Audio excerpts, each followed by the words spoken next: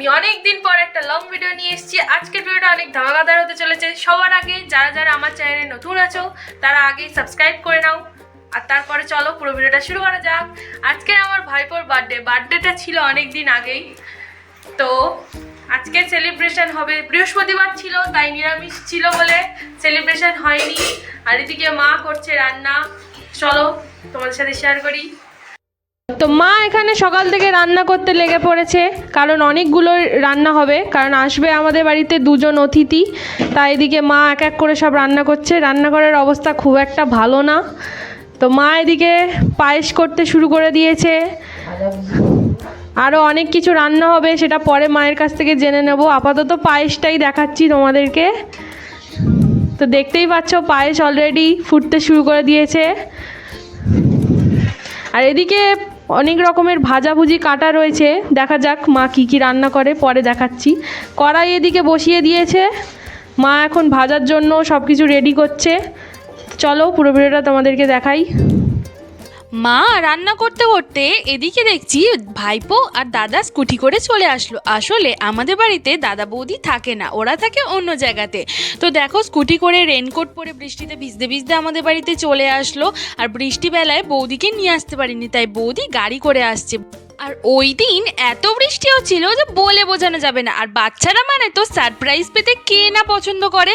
তো এসে মাত্রই আমার মায়ের কোলে উঠে পড়লো। আর ওর জন্য কিন্তু আমরা বেলুন ফেলুন লাগিয়ে অনেক সারপ্রাইজ করেছিলাম। ও তো অনেক আনন্দ পেয়েছিল, ও তো মজাতে তো কী যে বলছিল। তো দেখো পুরো ভিডিওটা। তো চান করে রেডি হয়ে নিয়েছি আমি, আর এই দেখো আমার পুচকু ভাইপো চলে এসছে। এবার মা কি কি রান্না করা হয়েছে দেখা যাক। প্রথমেই তোমাদেরকে দেখাই নিরামিষগুলো, কারণ ঠাকুরকে ভোগ দেওয়ার জন্য 5 রকম ভাজা করেছিল। তো তার মধ্যে ছিল নোটে শাক ভাজা, কাঁকরোল ভাজা, আলু ভাজা, চিচিঙ্গে ভাজা, ঢ্যাঁড়স ভাজা। তো এক এক করে আমি এগুলো সাজিয়ে নিচ্ছিলাম ঠাকুরকে দেওয়ার জন্য।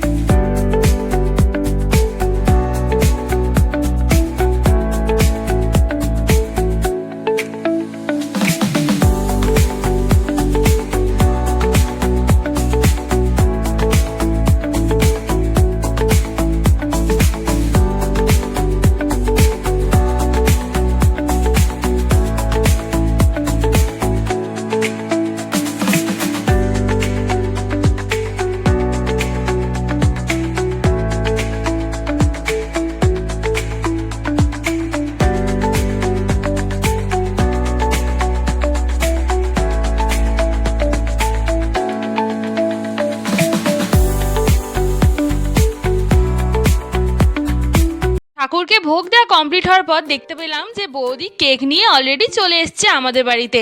তো এই হচ্ছে আমার বৌদি, যে স্কুটিতে আসতে পারেনি বৃষ্টির কারণে।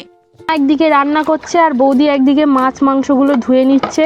বাজার থেকে বাবা নিয়ে এসেছিল আর মাছ, তো বৌদি এক এক করে ধুয়ে নিচ্ছিল পুকুরের জলে।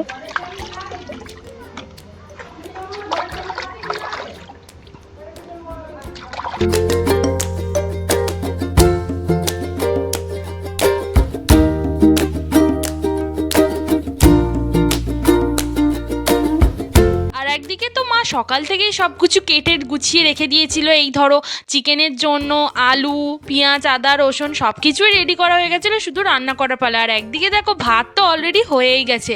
আর তারপরে দেখো মা মাছ ভাজার জন্য মাছে নুন হলুদ মিশিয়ে নিয়েছিল।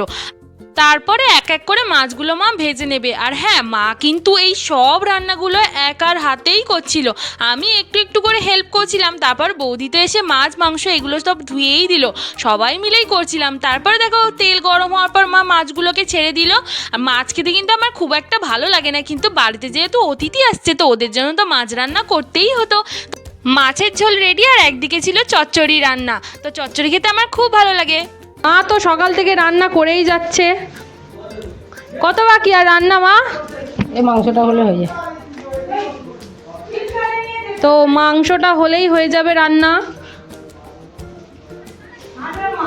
কড়াতে অলরেডি তেল দিয়েই দিয়েছে, এবার মাংসটা রান্না করলে রান্না কমপ্লিট।